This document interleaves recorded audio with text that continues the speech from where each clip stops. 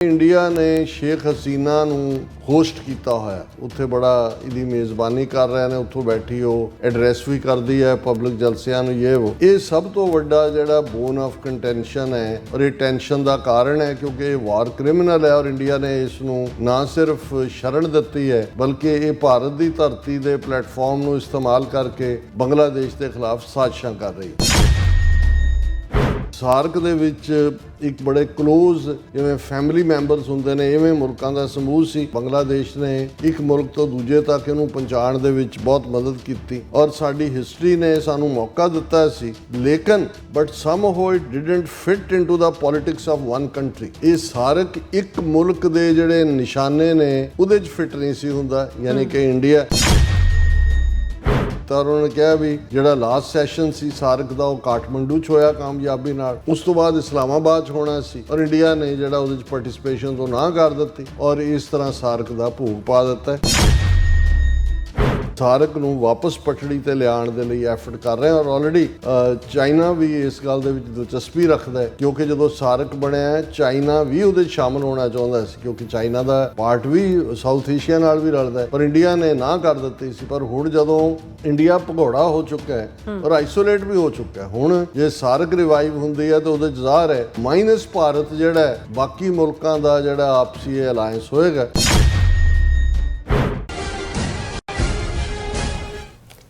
Viewers welcome back to program. So ਇਸ ਗੱਲਬਾਤ ਕਰਨ ਜਾ ਰਹੇ ਹਾਂ ਕਿ ਬੰਗਲਾਦੇਸ਼ ਦੀ ਅੰਤਰਿਮ ਸਰਕਾਰ ਦੇ ਚੀਫ ਐਡਵਾਈਜ਼ਰ ਮੁਹੰਮਦ ਯੂਨਸ ਨੇ ਭਾਰਤ ਸਰਕਾਰ ਨੂੰ ਰਗੜਾ ਦਿੰਦਿਆਂ ਕਿਹਾ ਹੈ ਕਿ ਭਾਰਤ ਸਰਕਾਰ ਨੇ ਸਾਰਕ ਯਾਨੀ ਕਿ ਸਾਊਥ ਏਸ਼ੀਆ ਦੇ 8 ਮੁਲਕਾਂ ਦੇ ਸੰਗਠਨ ਦਾ ਵੀ ਭੋਗ ਪਾਇਆ ਅਤੇ ਨਾਲ ਹੀ ਵਾਰ ਕ੍ਰਿਮੀਨਲ ਸ਼ੇਖ ਹਸੀਨਾ ਦੀ ਮੇਜ਼ਬਾਨੀ ਕੀਤੀ ਹੈ ਜਿਸ ਕਰਕੇ ਭਾਰਤ ਬੰਗਲਾਦੇਸ਼ ਜਿਹੜੇ ਸਬੰਧਾਂ ਵਿੱਚ ਵਿਗਾੜ ਪੈਦਾ ਹੋਇਆ ਹੈ।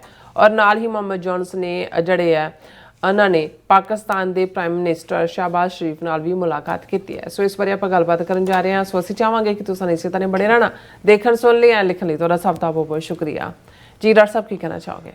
ਦੇਖੋ ਕਿਸੇ ਵੀ ਦੁਸ਼ਟ ਨੂੰ ਚੈਲੰਜ ਕਰਨ ਲਈ ਜਾਂ ਪਾਵਰਫੁਲ ਜਾਇੰਟ ਨੂੰ ਜਿਹੜਾ ਉਹ ਅਕਾਊਂਟੇਬਲ ਬਣਾਉਣ ਦੇ ਲਈ ਕਰੇਜ ਜਿਹਨੂੰ ਅਸੀਂ ਹੌਸਲਾ ਕਹਿੰਦੇ ਹਾਂ, ਗੈਰਤ ਇਹ ਹੋਣੀ ਚਾਹੀਦੀ ਹੈ।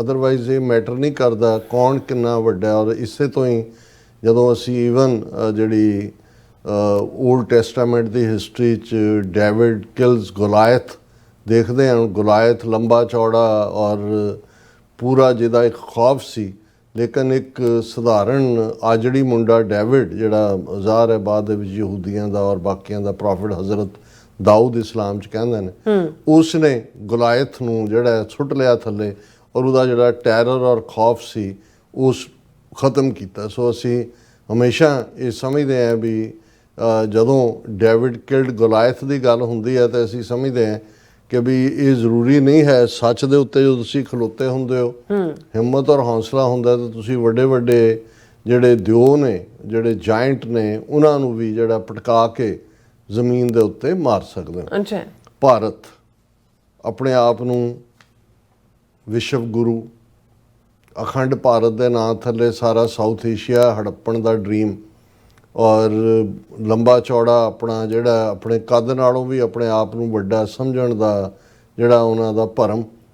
ਔਰ ਜਦੋਂ ਉਹਨਾਂ ਨੇ 1971 ਦੇ ਵਿੱਚ ਫੌਜੀ ਇੰਟਰਵੈਂਸ਼ਨ ਦੇ ਨਾਲ ਮਸ਼ਰਕੀ ਪਾਕਿਸਤਾਨ ਨੂੰ ਬੰਗਲਾਦੇਸ਼ ਬਣਾਇਆ ਤੇ ਉਹ ਇਹ ਸਮਝਦੇ ਸੀ ਕਿ ਵੀ ਅਸੀਂ ਇੱਕ ਹੋਰ ਭੂਟਾਨ ਤੇ ਇੱਕ ਹੋਰ ਨੇਪਾਲ, ਕਿਉਂਕਿ ਭੂਟਾਨ ਵੀ ਲੈਂਡਲੌਕਡ, ਨੇਪਾਲ ਵੀ, ਔਰ ਭਾਰਤ ਭੂਟਾਨ ਵਾਲਿਆਂ ਦੀ ਤਾਂ ਆਪਣੀ ਫੋਰਨ ਮਿਨਿਸਟਰੀ ਵੀ ਨਹੀਂ ਹੈ, ਵੀਜ਼ੇ ਲੈਣ ਲਈ ਵੀ ਦਿੱਲੀ ਹੀ ਉਹਨਾਂ ਦਾ ਬੰਦਾ ਬੈਠਾ ਔਰ ਜਿਹੜੀ ਜਿੱਧਰ ਵੀ ਵੋਟ ਭਾਰਤ UN ਦੇ ਵਿੱਚ ਪਾਉਂਦਾ ਭੂਟਾਨ ਉਧਰ ਹੀ ਪਾਣੀ ਹੁੰਦੀ ਹੈ ਕਿਉਂਕਿ ਉਹਨਾਂ ਦੀ ਆਪਣੀ ਇੰਡੀਪੈਂਡੈਂਟ ਫੋਰਨ ਪਾਲਿਸੀ ਨਹੀਂ ਹੈ।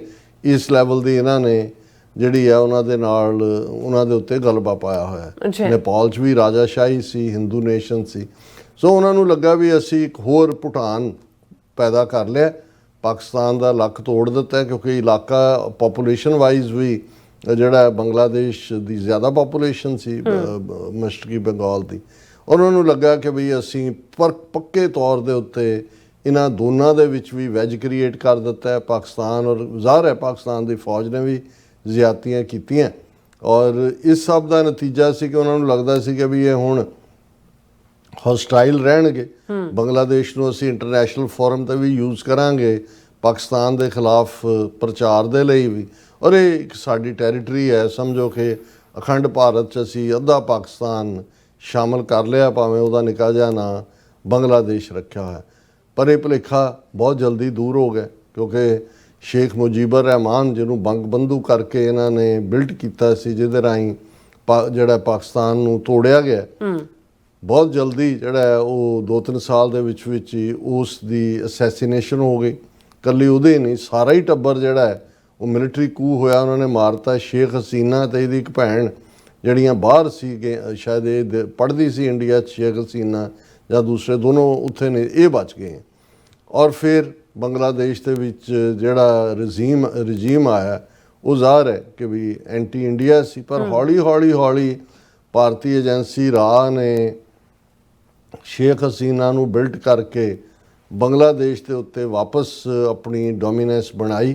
ਔਰ ਫਿਰ 11-12 ਸਾਲ ਦਾ ਸ਼ੇਖ ਹਸੀਨਾ ਦਾ ਰੂਲ ਅਸਲ 'ਚ ਇੰਡੀਆ ਦੀ ਐਕਸਟੈਂਸ਼ਨ ਹੀ ਸੀ। ਢਾਕਾ ਜਿਹੜਾ ਹੈ ਉਹ ਰਾਹ ਦਾ ਹੈੱਡਕੁਆਟਰ ਬਣਿਆ ਔਰ ਮਨਮਰਜ਼ੀ ਦੀਆਂ ਚੰਮਦੀਆਂ ਇਹਨਾਂ ਨੇ ਚਲਾਈਆਂ। ਔਰ ਇਹਦਾ ਹੀ ਨਤੀਜੇ ਦੇ ਤੌਰ 'ਤੇ ਈਵਨ ਜਿਹੜੀਆਂ ਨਾਰਥ ਈਸਟ ਦੇ ਵਿੱਚ 7 ਸਟੇਟਾਂ 'ਚ ਫਰੀडम ਮੂਵਮੈਂਟ ਸੀ, ਨਾਗਿਆਂ ਦੀ ਹੋਏ, ਮੀਜ਼ੋਆਂ ਦੀ ਹੋਏ, ਮਨੀਪੁਰੀਆਂ ਦੀ ਹੋਏ, ਔਰ ਦੂਸਰੇ ਜਿਹੜੇ ਨੇ ਉਹਨਾਂ ਨੂੰ ਇਹਨਾਂ ਨੇ ਬੁਰੀ ਤਰ੍ਹਾਂ ਕ੍ਰਸ਼ ਕੀਤਾ, ਕਿਉਂਕਿ ਉਹਨਾਂ ਦੇ ਲਈ ਐਸਕੇਪ ਰਾਊਟ ਤਾਂ ਉੱਧਰ ਹੀ ਸੀ, ਬੰਗਲਾਦੇਸ਼ ਹੀ ਸੀ। ਸ਼ੇਖ ਹਸੀਨਾ ਨੇ ਫੜ ਕੇ ਜਿਹੜੇ ਨੇ ਉਹਨਾਂ ਦੇ ਹਵਾਲੇ ਕੀਤੇ ਔਰ ਇੰਡੀਆ ਨੂੰ ਲੱਗਾ ਵੀ ਉਹਨਾਂ 7 ਸਟੇਟਾਂ ਦੀਆਂ ਮੂਵਮੈਂਟਸ ਵੀ ਖਤਮ ਕਰ ਦਿੱਤੀਆਂ ਔਰ ਬੰਗਲਾਦੇਸ਼ ਪੱਕੇ ਤੌਰ ਦੇ ਉੱਤੇ ਉਹਨਾਂ ਦੀ ਕਾਲੋਨੀ ਸ਼ੈਮ ਇਲੈਕਸ਼ਨਸ 2 ਵਾਰ ਕਰਾਈਆਂ ਰਿਗ ਕਰਕੇ। ਔਰ ਦੂਸਰਾ ਹੁਣ ਜਿਹੜੀ ਤਬਦੀਲੀ ਅਸੀਂ ਪਿਛਲੇ ਪੀਰੀਅਡ ਦੇ ਵਿੱਚ ਦੇਖਿਆ ਕਿ ਜਦੋਂ ਸਟੂਡੈਂਟਸ ਨਿਕਲੇ, ਸ਼ੇਖ ਹਸੀਨਾ ਦਾ ਰਜੀਮ ਉਹਨਾਂ ਨੇ 24 ਘੰਟੇ ਦੇ ਵਿੱਚ ਉਲਟਾਇਆ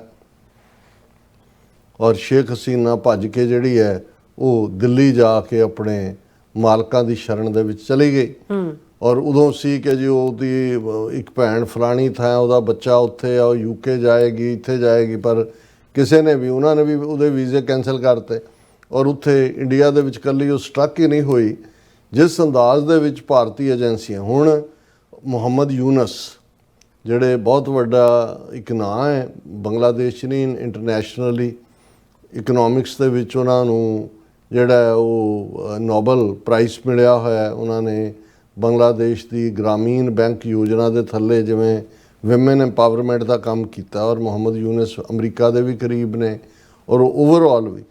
ਔਰ ਇਹ ਜਿਹੜੀ ਤਬਦੀਲੀ ਆਈ ਜਿਹਦੇ ਥੱਲੇ ਉਹਨਾਂ ਨੇ ਵਗਾ ਕੇ ਮਾਰਿਆ ਸ਼ੇਖ ਹਸੀਨਾ ਔਰ ਉਹਦੇ ਰਜੀਮ ਨੂੰ ਔਰ ਚੁਣ ਕੇ ਜਿਹੜੇ ਆ ਫਿਰ ਉਹਨਾਂ ਨੂੰ ਸਜ਼ਾ ਯਾਫਤਾ। ਜਦੋਂ ਇਹ ਲੋਕਾਂ ਦੀਆਂ ਆਜ਼ਾਦੀ ਮੂਵਮੈਂਟਸ ਹੁੰਦੀਆਂ ਇਵੇਂ ਹੀ ਹੁੰਦੀਆਂ ਨੇ। ਜਦੋਂ ਬੰਦਾ ਸਿੰਘ ਬਹਾਦਰ ਪੰਜਾਬ 'ਚ ਆਏ ਔਰ ਉਹਨਾਂ ਨੇ ਜਿਹੜਾ ਉਹ ਮੁਗਲੀਆ ਸਾਮਰਾਜ ਨੂੰ ਚੈਲੰਜ ਕੀਤਾ ਤੇ ਉਸ ਵੇਲੇ ਵੀ ਸੀ ਲੋਕ ਫਿਰ ਨਿਕਲ ਕੇ, ਉਹਨਾਂ ਨੂੰ ਪਤਾ ਹੁੰਦਾ ਸੀ ਵੀ ਇਸ ਇਲਾਕੇ ਦੇ ਜ਼ਿਮੀਂਦਾਰ ਨੇ ਜ਼ੁਲਮ ਕੀਤੇ ਨੇ, ਇਸ ਇਲਾਕੇ ਦਾ ਜਿਹੜਾ ਫਲਾਣਾ ਕਿਰਦਾਰ ਹੈ, ਫਲਾਣਾ ਮਲਕ ਹੈ ਇਸ ਇਲਾਕੇ ਦਾ, ਜਾਂ ਫਲਾਣਾ ਸਿਕਦਾਰ ਹੈ ਜਾਂ ਫਲਾਣਾ ਚੌਧਰੀ ਹੈ, ਉਹ ਫਿਰ ਲੋਕ ਖੁਦ ਹੀ ਕੰਨੋਂ ਫੜ ਕੇ ਲੈ ਆਉਂਦੇ ਹੁੰਦੇ ਨੇ ਕਿ ਵੀ ਕਰੋ, ਦਿਓ ਇਹਨਾਂ ਨੂੰ ਸਜ਼ਾਵਾਂ। ਉਹ ਸਟੂਡੈਂਟਸ ਨੇ ਪਹਿਲੇ ਹਫ਼ਤਿਆਂ ਦੇ ਵਿੱਚ ਹੀ ਜਿਹੜਾ ਉਹ ਸਾਰੇ ਨੂੰ ਉਹਨਾਂ ਨੇ ਕਰ ਦਿੱਤਾ ਔਰ ਮੁਹੰਮਦ ਯੂਨਸ ਨੂੰ ਜਿਹੜਾ ਚੀਫ ਐਡਵਾਈਜ਼ਰ ਦੇ ਤੌਰ ਤੇ ਇੰਟਰਿਮ ਗਵਰਨਮੈਂਟ ਜਿਹੜੀ ਬਣੀ ਉਸ ਦਾ ਮੁਖੀ ਲਾਇਆ। ਔਰ ਹੁਣ ਆਉਣ ਵਾਲੇ ਨੈਕਸਟ ਈਅਰ ਸ਼ਾਇਦ ਫਰਵਰੀ ਦੇ ਵਿੱਚ ਬੰਗਲਾਦੇਸ਼ 'ਚ ਚੋਣਾਂ ਹੋਣੀਆਂ ਨੇ ਔਰ ਸ਼ੇਖ ਹਸੀਨਾ ਉੱਥੇ ਬੈਠੀ ਹੈ।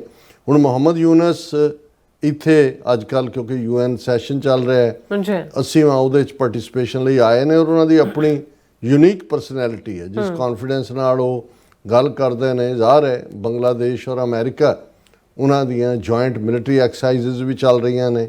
ਇਹ ਸਾਰਾ ਬਿਹਾਈਂਡ ਕਿਉਂਕਿ ਬਹੁਤਿਆਂ ਨੂੰ ਅਜੇ ਤੱਕ ਵੀ ਇਹ ਸਮਝ ਨਹੀਂ ਆ ਰਹੀ ਕਿ ਬੰਗਲਾਦੇਸ਼ ਦੇ ਵਿੱਚ ਹੋਇਆ ਕੀ ਇੰਨੀ ਕੁਇਕਲੀ, ਲੇਕਿਨ ਇਹਦੇ 'ਚ ਕੋਈ ਸ਼ੱਕ ਨਹੀਂ ਹੈ ਕਿ ਮੁਹੰਮਦ ਯੂਨਸ ਨੇ ਜਦੋਂ ਐਜ਼ ਏ ਇੰਟਰਮ ਗਵਰਨਮੈਂਟ ਜਾਂ ਐਜ਼ ਏ ਬਣਾਈ ਔਰ ਐਡਵਾਈਜ਼ਰ ਦੇ ਤੌਰ ਤੇ ਜਿਹੜੀ ਅਮਰੀਕਾ ਦੀ ਬੰਗਲਾਦੇਸ਼ ਐਮਬੈਸੀ ਉਹਨਾਂ ਦੇ ਆਫੀਸ਼ੀਅਲ ਸੀ, ਉਹਨਾਂ ਦੀ ਫੁੱਲ ਪਾਰਟਿਸਿਪੇਸ਼ਨ ਸੀ ਔਰ ਫੁੱਲ ਫਲੈਜਡ ਅਮਰੀਕਾ ਦੀ ਸਪੋਰਟ ਹੈ। ਇਸ ਲਈ ਬਹੁਤਿਆਂ ਨੂੰ ਇਹ ਲੱਗਦਾ ਹੈ ਕਿ ਭਾਈ ਅਮਰੀਕਾ ਦੀ ਪੂਰੀ ਬਲੈਸਿੰਗ ਹੈ, ਜਿਹੜੀ ਸ਼ਾਇਦ ਗੱਲ ਗਲਤ ਨਾ ਹੋਏ।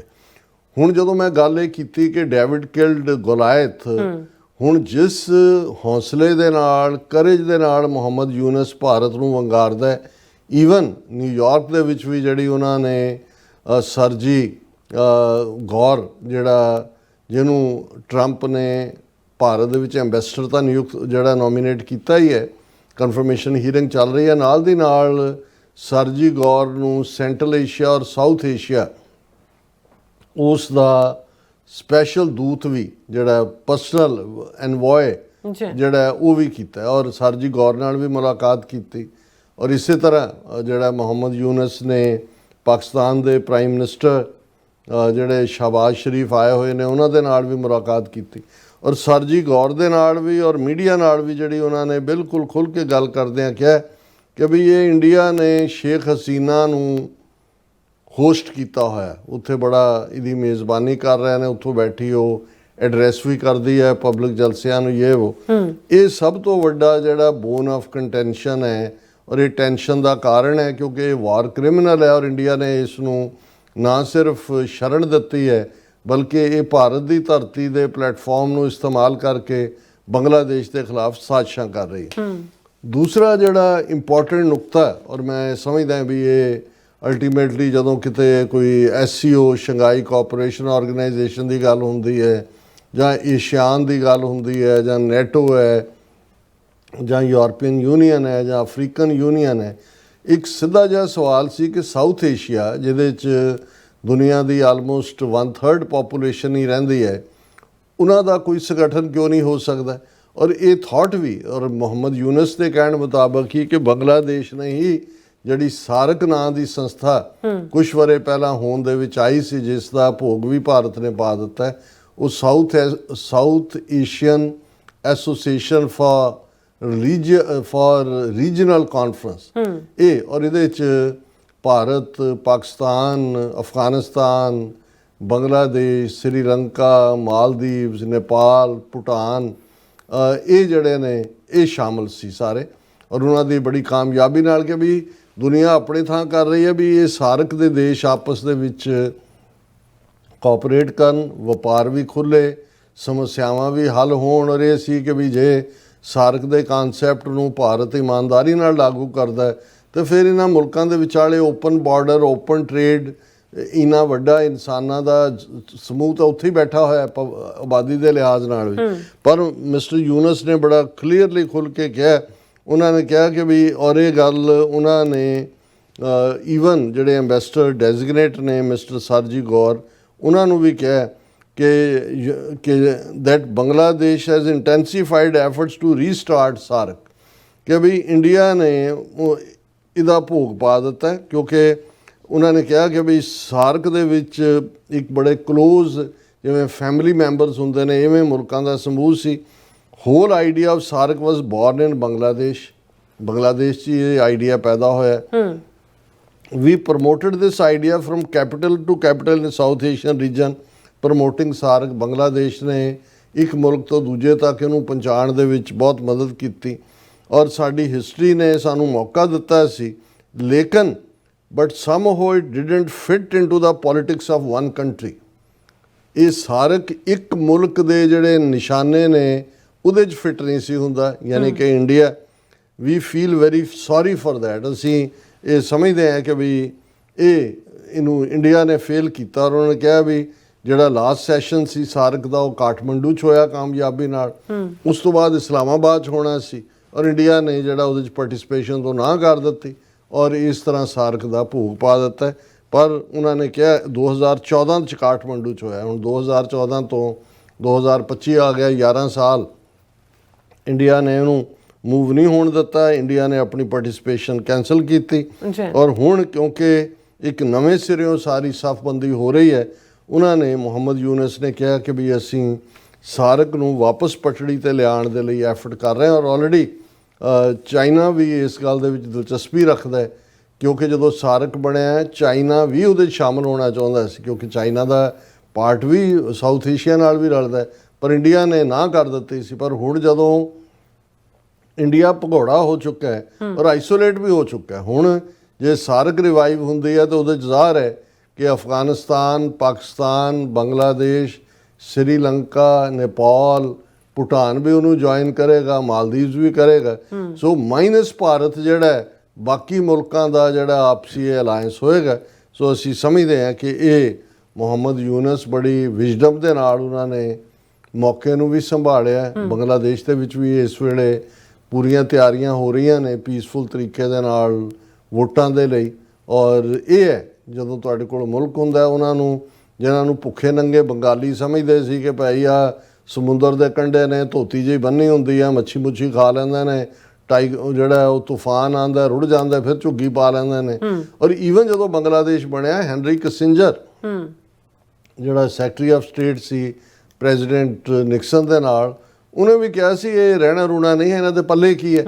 ਪਰ ਇੱਕ ਸਟੇਜ ਤੇ ਜਦੋਂ ਕਿ ਇਹਨੇ ਸ਼ੇਖ ਹਸੀਨਾ ਨੇ ਬੇੜਾਗਰ ਕਰਨਾ ਸ਼ੁਰੂ ਕੀਤਾ ਇੰਡੀਆ ਦੇ ਥੱਲੇ, ਬੰਗਲਾਦੇਸ਼ ਦੀ ਐਕਸਪੋਰਟ ਦੂਜੇ ਤੀਜੇ ਸਭ ਤੋਂ ਜ਼ਿਆਦਾ ਸੀ ਔਰ ਉਹਨਾਂ ਦੀ ਇਕਨੋਮੀ ਮੋਰ ਫਾਸਟ ਗਰੋ ਹੋ ਰਹੀ ਸੀ ਦੈਨ ਐਨੀ ਅਦਰ ਕੰਟਰੀ ਇਨ ਸਾਊਥ ਏਸ਼ੀਆ। ਸੋ ਇਸ ਵੇਲੇ ਉਹਨਾਂ ਦੀ ਆਪਣੀ ਫੌਜ ਵੀ ਹੈ, ਆਪਣੀ 에ਅਰ ਫੋਰਸ ਵੀ ਹੈ, ਆਪਣਾ ਅਦਾਲਤੀ ਸਿਸਟਮ ਵੀ ਹੈ, ਆਪਣਾ ਜੋ ਈਵਨ ਅਮਰੀਕਾ ਦੇ ਨਾਲ ਟ੍ਰੇਡ ਡੀਲ ਵੀ ਸਾਈਨ ਕੀਤੀ ਹੈ ਉਹਨਾਂ ਨੇ। ਸੋ ਇਹ ਹੈ ਕਿ ਜੇ ਵਿਦਨ ਆਲਮੋਸਟ 50 ਸਾਲ ਬੰਗਲਾਦੇਸ਼ ਕਿੱਥੇ ਪਹੁੰਚ ਗਿਆ ਸੀ, ਤੇ ਇਹ ਜਿਹੜੇ ਲੋਕ ਅੱਜ ਵੀ ਜਦੋਂ ਖਾਲਿਸਤਾਨ ਦੀ ਗੱਲ ਹੁੰਦੀ ਹੈ ਇਹ ਜੀ ਇਕਨੋਮੀ ਕੀ ਹੋਏਗੀ, ਦੂਜਾ ਕੀ ਹੋਏਗਾ, ਬੰਗਲਾਦੇਸ਼ ਦੇਖੋ ਕਿੱਥੋਂ ਕਿੱਥੇ ਪਹੁੰਚ ਗਿਆ। ਬਿਲਕੁਲ ਡਾਕਟਰ ਸਾਹਿਬ, ਬਹੁਤ ਬਹੁਤ ਸ਼ੁਕਰੀਆ। ਸੋ ਥਲੈਨ ਬ੍ਰੇਕ ਵਿਊਅਰਸ ਤੁਸੀਂ ਇਸੇ ਤਰ੍ਹਾਂ ਬਣੇ ਰਹਿਣਾ। ਮਿਲਦੇ ਹਾਂ ਛੋਟੇ ਜਿਹੇ ਬ੍ਰੇਕ ਤੋਂ ਬਾਅਦ।